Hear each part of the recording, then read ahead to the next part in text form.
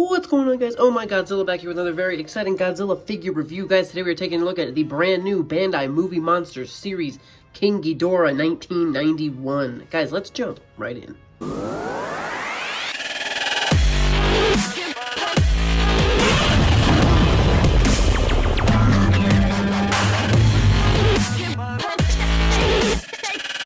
Alright guys, we're back here with our Bandai Movie Monster Series Ghidorah 1991. This is a 2023 release. My tag did see a little bit of damage in the shipping process, but let's take a quick look at the image. Very cool picture they used of Ghidorah there.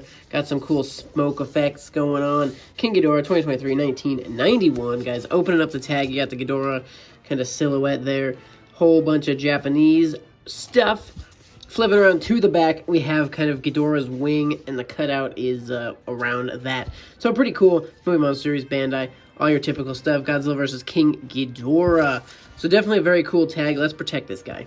Alrighty, there it is, encapsulated as to not take on any more damage. Guys, let's get into the figure. And obviously, the first thing I noticed, at least about this figure, is, oh my goodness, he is golden. Wow, he is very gold. We'll take a look at him next to some of the other Ghidorahs we've seen in the past, just to show how shiny and how gold he really is. But first things first, let's jump into some detail and paint and whatnot. So, first thing I noticed, guys, we have 3 separate head sculpts. The Kevin head over here has a slightly open mouth, and sorry about the focusing issues, trying to get this thing to work a little bit better. There's the Kevin head with a slightly opened mouth. Our middle head here has a very open mouth, and we actually get a closed mouth Ghidorah head, which is very cool. Haven't really seen too much of the closed mouth action on a Ghidorah figure before, so that's definitely cool, getting 3 different head sculpts, guys. And I really love what they did with the paint here. The eyes look really good, nice and red, kind of beady eyes. Taking a look at those eyes, let's see if we can kind of get a front-on look for each of them. They don't look too darn bad from the front. I know a lot of times Godzilla figures will sometimes look a little derpy from the front, but these guys actually look pretty decent.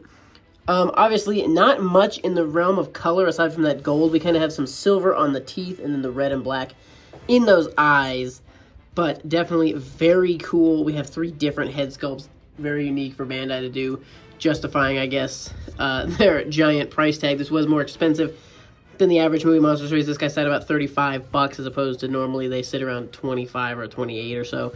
So definitely a little more expensive due to the wingspan and due to the individual head sculpt, and there were rumors floating around that we heard for a while that this guy was actually going to be much larger, maybe actually legitimately in scale with the 1991 Godzilla we got last year, but that was unfortunately not the case, or 2 years ago for that Godzilla, sorry, but definitely not the case.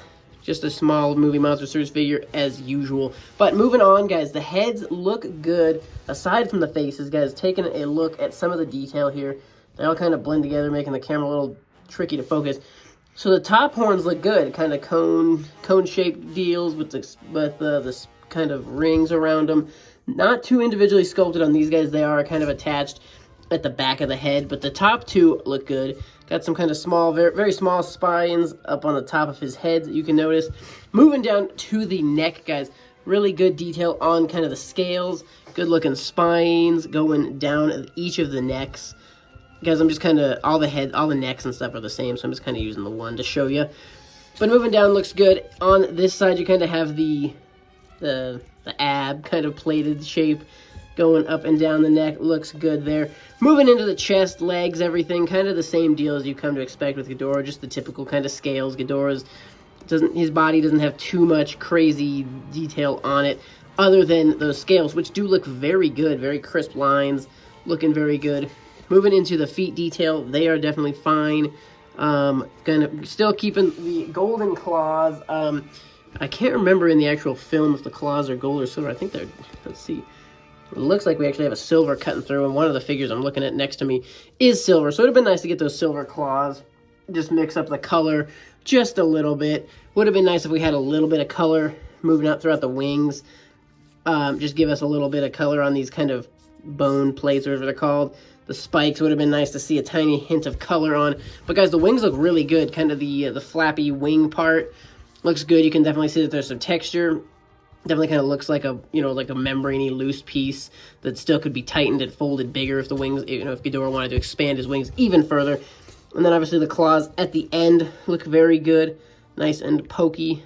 So that's very good. All things Ghidorah-wise is pretty darn good. The tails are a little small, I think. The tails are fine, but the little nubbins at the end, whatever you want to call them, definitely a little on the small side. I wish they were a little bit bigger. But the detail on them is fine. Definitely very acceptable. So, guys, definitely a very good Ghidorah. One complaint off the bat would be these heads are darn close together, and that will segue into our articulation. You can't move them. I mean, you could kind of stretch them, but they kind of come back to form. The necks do not articulate. I really wish they would have given us neck joints on kind of all three of those heads so we could swivel the necks, so we could kind of take these two and move them out and give them a little separation. And also, another kind of disappointing piece of articulation is you can see there's that seam. You could probably break the glue seal, but I will not. But the heads do not move either. So no articulation on the heads or moving down through the neck. Obviously, guys, thank goodness these wings fold back because they are so darn huge. So you can fold them back. He obviously doesn't look as amazing with the wings folded back, but he fits much better on your shelves. So that's at least a relief that the wings fold back. Most of the King Ghidorahs of this sculpt, I think all of them do have that wing folding. But Bandai has been kind of stiffing us on it with the last couple Ghidorahs we've seen, just with the Monsterverse Ghidorahs and then the Ghidorah from the ride. And then, guys, the only other piece of articulation we're going to get is leg rotation, which we do get 360 degrees of movement there, so you can get a little bit of movement articulation out of the leg. Nothing on the tail. Kind of a glue seal back here, but obviously that is completely fixed. It would have been nice to get kind of something midway through the tail so we could kind of fold these guys, move them a little bit more, but I'm not going to lose any sleep over it. This figure is definitely awesome.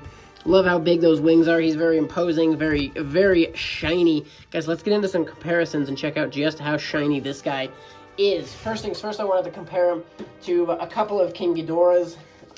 First one is going to be, both of them, all these are 1991, but here we go with our first one, so they can definitely tell this one's much more straight up gold, yellow, kind of a golden yellow as opposed to just like a crispy gold color. Heads are going to be a little different. We do have kind of a closed mouth on this guy. The closed mouth over here looks much better, and we do have 3 different head sculpts versus just the 2. So, but this guy did a great job of kind of getting some of that black shading in the wings that I really wish we could have seen translate over to this new release. Guys, taking a look at one more King Ghidorah figure from the Heisei era, we have this guy. Kind of the same deal, very similar figure. Just wanted to show you golden. This guy obviously doesn't have kind of the black brushing in there, but look how much bigger this wingspan is.